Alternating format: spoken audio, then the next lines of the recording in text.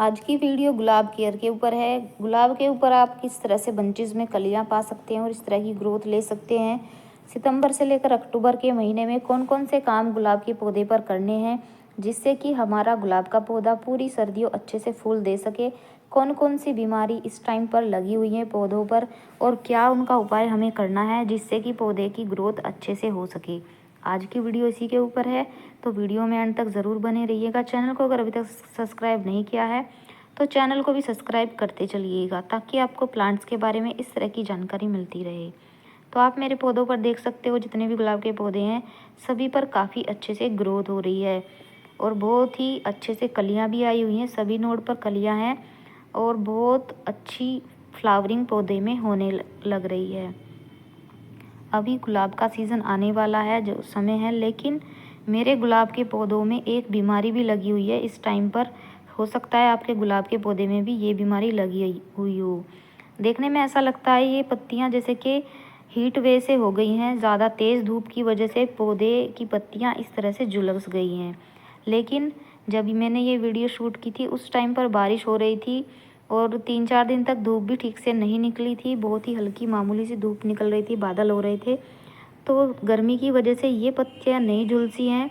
बहुत बारीक से कीड़े होते हैं जो पत्तियों के पीछे होते हैं और वो पत्तियों का रस चूसते हैं, कलियों का रस चूसते हैं और टहनियों का भी रस चूसते हैं। इस तरह से पौधे की टहनियाँ भी सूखने लगती हैं और इससे पौधा डाई बैक हो जाता है, देखते ही देखते ख़राब होने लगता है। आपको समझ में भी नहीं आएगा कि पौधे में क्या प्रॉब्लम हो गई, जबकि आप पूरी अच्छे से देखभाल पौधे की करते रहते हो।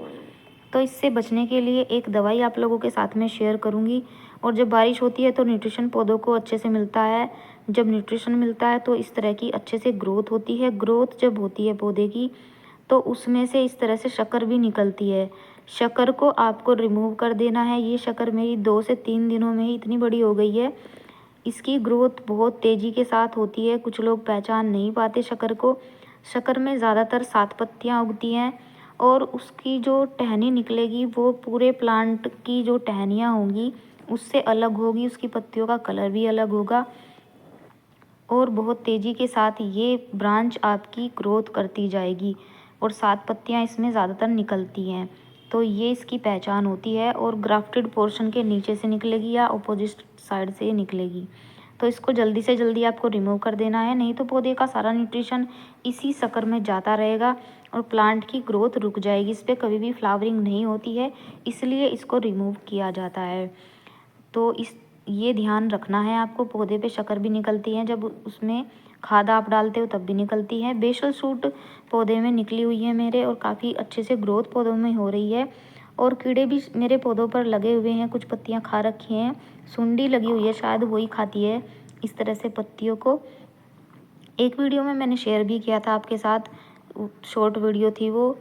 वंडरवाइन जियो के प्लांट में लगी हुई थी, सभी पौधों पर चली जाती है और वो चढ़ के जैसे पौधे सब पास पास रखे हुए होते हैं। इस पौधे में भी वही बीमारी लगी हुई है। सभी पौधों में यही कंडीशन है मेरी। तो मैं दवाई का स्प्रे अपने सभी पौधों में अच्छे से करूँगी, आगे पीछे सारी पत्तियों में और टहनियों में स्प्रे करूँगी। नीम ऑयल का भी स्प्रे आप कर सकते हो, लेकिन जल्दी जल्दी उसका स्प्रे करना पड़ेगा आपको 2 से 3 दिनों में, तभी आपको इफ़ेक्ट देखने को मिलेगा। इतना समय अगर किसी के पास है तो नीम ऑयल सबसे बेस्ट रहता है। वैसे अगर टाइम ज़्यादा नहीं है तो 15 दिन में एक बार आप इस दवाई का इस्तेमाल अपने पौधों में कर सकते हो। तो ये वो दवाई है। सीड शॉप पर मैं गई थी और वहाँ पर मैंने ये दवाई ख़रीदी। मैंने अपने पौधे की कंडीशन उनके साथ में शेयर की और उन्होंने ये दवाई मुझे दी है और इसका रिज़ल्ट भी काफ़ी अच्छा रहता है। पहले भी मैं स्प्रे कर चुकी हूँ इस दवाई को। अगर ये दवाई आपको नहीं मिलती है आपकी नज़दीकी सीड शॉप पर, तो आप उनको अपने प्लांट की कंडीशन बताइए तो वो और कोई दवाई भी आपको दे देंगे। और मेज़रमेंट भी आपको पूछ के आना है। मैंने भी पूछा था और उन्होंने मेरी बोतल पर लिख भी दिया है।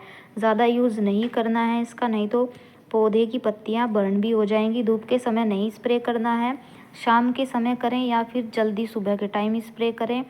और गुलाब के पौधों में जब भी पानी दें तो शावरिंग से दें, काफ़ी अच्छा रहता है। उससे पौधों पर जमी हुई धूल, पौधों की पत्तियों पर जो कीड़े होते हैं वो भी हट जाते हैं। काफ़ी अच्छा इफ़ेक्ट रहता है, शावरिंग करें पौधों पर।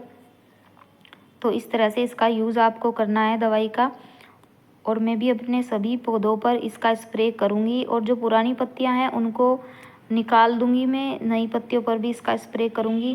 काफ़ी अच्छे से ग्रोथ हो रही है पौधे में, बस ये बीमारी ही लगी हुई है, वरना ओवरऑल ग्रोथ काफ़ी अच्छी है। कोई खाद भी अभी मैंने पौधों में नहीं डाली है क्योंकि गर्मियाँ हैं, गर्मियों में पौधों में खाद नहीं डालनी चाहिए इंग्लिश गुलाब के पौधों में, नहीं तो वो ख़राब हो जाते हैं ज़्यादा गर्मी की वजह से। आने वाला सीज़न गुलाब के पौधों का ही है, तो गुलाब के पौधों पर आपको अक्टूबर के महीने में काफ़ी काम करना है, तभी अच्छे से ये ग्रोथ करेंगे और पूरी सर्दियों आपको फ्लावरिंग करेंगे आपके गार्डन में। 3 से 4 बार आप फूल गुलाब के पौधों से ले सकते हैं इस सीज़न में। जब गुलाब के पौधे पर फूल आकर झड़ने लगते हैं तो उनकी पिंचिंग करते रहें टाइम टू टाइम। 4 से 5 बार आपको फूल वो दे देंगे सर्दियों में काफ़ी अच्छे से। खाद डालनी बहुत ज़रूरी होती है, 15 दिन में 1 बार खाद ज़रूर डालें। मैं तो वर्मी कंपोस्ट या फिर काऊ डंग कंपोस्ट का यूज़ करती हूँ सर्दियों में खाद में। इस प्लांट को मैंने ट्रांसफ़र किया था, इस पर भी ग्रोथ स्टार्ट हो गई है, तो ये भी काफ़ी अच्छे से ग्रोथ करने लगा है मेरा पौधा। इस पर भी मैं दवाई का स्प्रे ज़रूर करूँगी क्योंकि हो सकता है इसमें भी कीड़े लगे हुए हों। और इस प्लांट पे भी इतनी अच्छी ग्रोथ नहीं हो रही है और इसकी भी टहनी इसी तरह से हैं, तो इस पर भी मैं दवाई का स्प्रे ज़रूर करूँगी।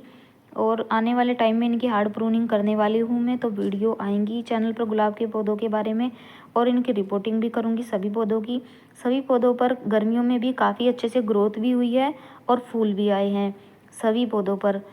वैसे तो सर्दियों में ही फूल देते हैं ये इंग्लिश गुलाब के पौधे, गर्मियों में इनमें फूलों का साइज़ छोटा होने लगता है, लेकिन मेरे गार्डन में सभी गुलाब के पौधों ने पूरी गर्मियों फ्लावरिंग की है बहुत अच्छे से।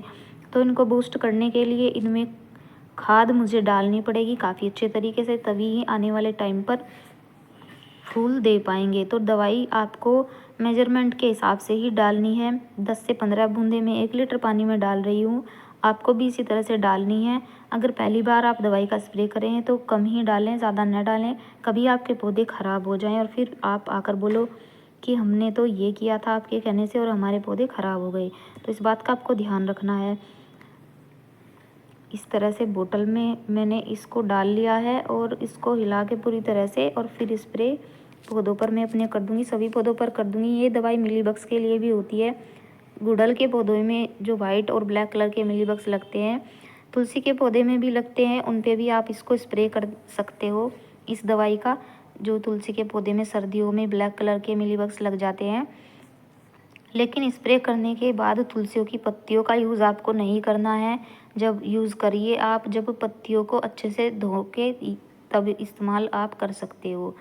ये ऑर्गेनिक नहीं है दवाई, तो इसलिए इस तरह से टहनियों पर भी मैं इसका स्प्रे करूँगी क्योंकि टहनियों का रस भी ये कीड़े चूसते हैं, बहुत बारीक होते हैं, आँखों से दिखाई नहीं देते हैं, बस प्लांट ही ख़राब होता दिखाई देगा आपको। मुझे भी समझ में नहीं आया मेरे पौधे पर क्या हो रहा है, लेकिन जब अब बारिश का मौसम हुआ और धूप नहीं निकल रही थी पहले, तो मैंने ये सोचा कि ज़्यादा गर्मी की वजह से पौधों की ये कंडीशन हो गई है। लेकिन फिर मैंने यूट्यूब पर वीडियो देखी तो मुझे समझ में आया। मैं भी यूट्यूब पर ही वीडियो देखकर सीखा है मैंने, जितनी भी गार्डनिंग मैं करती हूँ, तो अभी सीख ही रही हूँ। उम्मीद है आज की वीडियो आप लोगों को अच्छी लगी होगी।